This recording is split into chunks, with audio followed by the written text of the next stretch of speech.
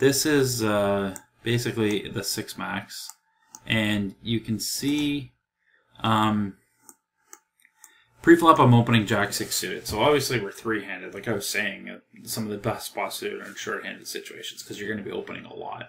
You're not going to be hitting a lot of boards when you're opening a lot because your range is very wide, and you're not going to have a hand very often. But you need to represent hands sometimes because you know it's the best way to get paid when you do have a hand, and you can't afford to open all the time and lose. So I open here and get 3-bet and call with Jack 6 suited. Now, why am I calling with Jack 6 suited? Do I think I have the best hand?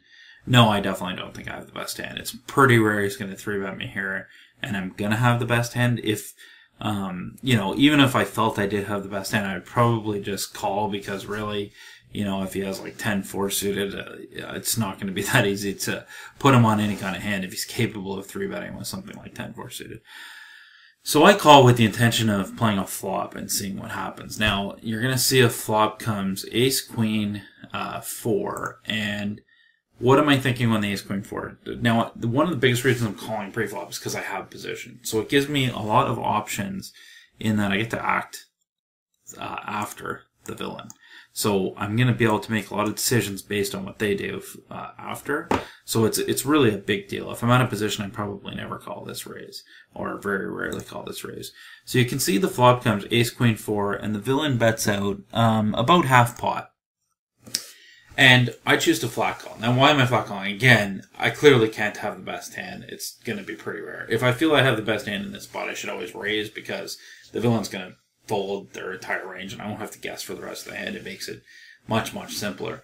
And my hand is pretty vulnerable if it's jack high. It's going to be pretty rare ever having the best hand based on this action. But why do I flat call? I'm flat calling because I'm trying to make it look like I have a bear ace here. And a bear ace is going to be a lot of hands that this villain has. When he 3-bets pre, I'm really just trying to, the pot's huge. I'm trying to call to make a hand. I don't make a hand.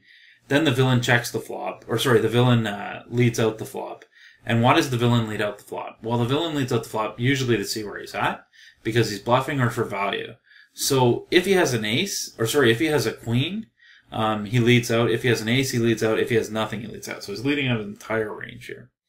I call, and in his mind, what do I call it?